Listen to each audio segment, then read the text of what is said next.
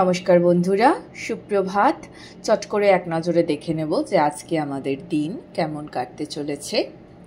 প্রথমেই যেটা দেখা যাচ্ছে যে এই এনার্জিটা অ্যাকচুয়ালি অনেকগুলো দিন ধরেই আমি দেখছি রিপিটেড হচ্ছে। তো অনেক মানুষ হয়তো এমন আছেন যারা নিজেকে নিয়ে ভীষণ চিন্তিত, বা আপনার পুরনো কোনো সম্পর্ক নিয়ে আপনি ভীষণভাবে চিন্তিত, এবং এমনও হয়ে গেছে আপনাদের সঙ্গে যে এটা হয়তো অনেকগুলো দিন হয়ে গেছে, কিন্তু আপনারা এটার থেকে বেরোতে পারছেন না কিছুতেই। হয়তো এটা একটা লং টাইমের সম্পর্ক ছিল, সেটার থেকে বেরোতে পারছেন না, বা এমন কোনো কাজ বা কারোর এমন কোনো বিহেভিয়ার যেটা আপনি ভুলতে পারছেন না। এবার কথা হচ্ছে, আপনার লাইফে সেই সমস্ত মানুষগুলো এন্ট্রি নিতে চাইছে যারা আপনাকে এই দুঃখটা, এই কষ্টটা ভুলিয়ে দেবে। যেমন ধরুন, আপনার এর আগে কোনো হয়তো বয়ফ্রেন্ড ছিল, তার সাথে আপনার ব্রেকআপ হয়ে গেছে, তো নতুন কেউ এন্ট্রি নিতে চাইছে, কিন্তু আপনি তাকে এন্ট্রি নিতে দিচ্ছেন না।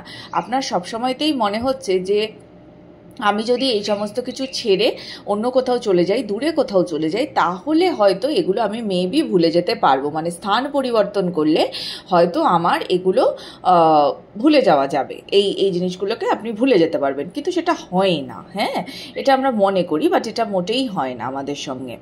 তো সেই জায়গায় দাঁড়িয়ে কি হচ্ছে যে আপনি যেহেতু নিজে উদ্যোগ নিচ্ছেন না, তাই অপরে যে উদ্যোগটা নিচ্ছে সেটাকেও আপনি ওয়েলকাম করতে পারছেন না। তো আপনাকে এখানে নিজের ওপরে প্রচুর কাজ করতে হবে। পুরনো এনার্জিকে আপনাকে ছাড়তে হবে। আপনি অযথাই ওটা নিয়ে বসে আছেন দিনের পর দিন, এবং সেটা নিয়ে আপনি মাঝে মধ্যেই ভীষণ হাহুতাশ করেন, যেটা করার কিন্তু আদপেই আপনার কোনো দরকার নেই।